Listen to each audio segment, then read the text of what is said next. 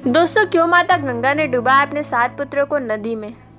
पौराणिक कथा के अनुसार पुत्र की कामना से शांतनु के पिता प्रदीप गंगा के किनारे तपस्या कर रहे थे। उनके तप, रूप और सौंदर्य पर मोहित होकर गंगा उनकी दाहिनी जंघा पर आकर बैठ गई और कहने लगी, राजन, मैं आपसे विवाह करना चाहती हूँ। मैं जहू ऋषि की पुत्री गंगा हूँ।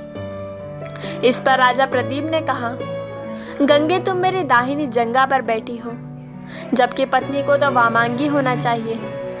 दाहिनी जंघा तो पुत्र का प्रतीक है, अतः मैं तुम्हें अपने पुत्र वधू के रूप में स्वीकार कर सकता हूँ। यह सुनकर गंगा वहां से चले गई। जब महाराज प्रदीप को पुत्र की प्राप्ति हुई तो उन्होंने उसका नाम शांतनु रखा और इसी शांतनु से गंगा का विवाह हुआ। शांतनु ने अपने पिता प्रदीप की आज्ञा से गंगा के पास जाकर उनसे विवाह करने के लिए निवेदन किया। गंगा ने कहा, राजन, मैं आपसे विवाह करने के लिए तैयार हूँ, लेकिन आपको एक वचन देना होगा कि आप मेरे किसी भी कार्य में हस्तक्षेप नहीं करेंगे। शांतनु ने गंगा को वचन देकर विवाह कर लिया।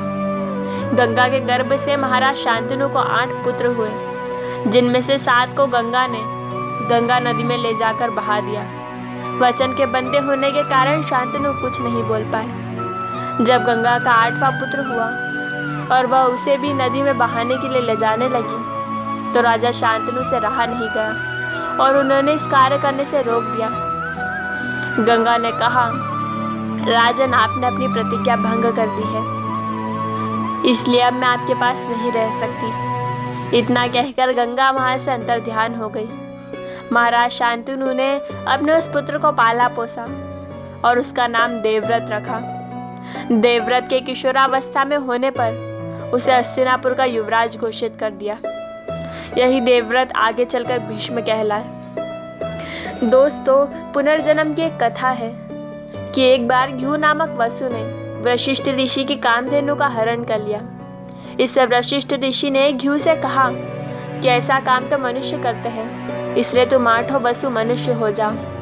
यह सुनकर वसु ने घबराकर वशिष्ठ जी की प्रार्थना की तो उन्होंने कहा कि अन्य वसु तो वर्ष का अंत होने पर मेरे शाप से छुटकारा पा जाएंगे, लेकिन इस घ्यू को मैं अपनी करने का फल भोगने के लिए 1 जन्म तक मनुष्य बनकर पीड़ा भोगनी होगी। यह सुनकर वसुओं ने गंगा जी के पास जाकर उन्हें वशिष्ठ जी के शाप को विस्तार में बताया और यह प्रार्थना की कि आप मृत्युलोक में अवतार लेकर हमें गर्भ में धारण करें और जो ही हम जन्म लें हमें पानी में डुबो दें। इस तरह हम जल्द ही सभी मुक्त हो जाएंगे।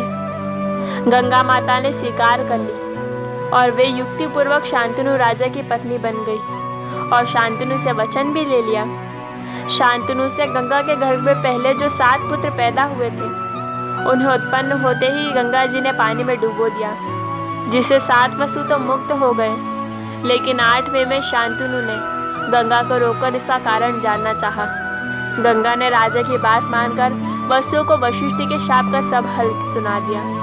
राजा ने उस 8वें पुत्र को डुबोने नहीं दिया और इस वचन भंगता के कारण गंगा के 8वें पुत्र को सबकर अंतर्ध्यान हो गई। वही बालक घ्यू नामक वसु था। दोस्तों, ये कथा आपको कैसी लगी हमें कमेंट बॉक्स में ज़रूर बताइएगा। धन्यवाद।